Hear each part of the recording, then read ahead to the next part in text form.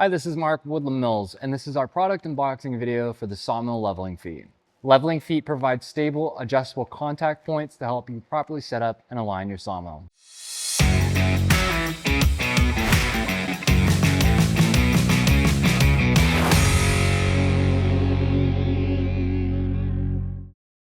Let's take a look inside the box.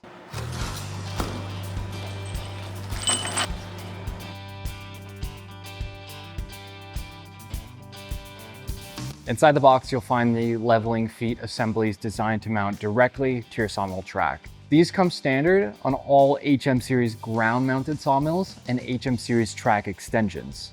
And for SC Series sawmills with a 10-foot 4-inch length, you can add 12 leveling feet, and for each SC Series 2-foot 6-inch track extension, you can add 4 leveling feet. Each foot provides up to 4 inches of height adjustment and are helpful when setting up on uneven ground or surfaces that aren't perfectly flat.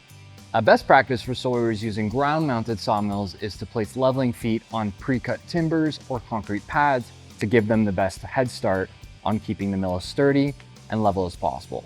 This has been Mark with the Mills. If you have any questions, please give us a call or check us out online. Thanks for watching.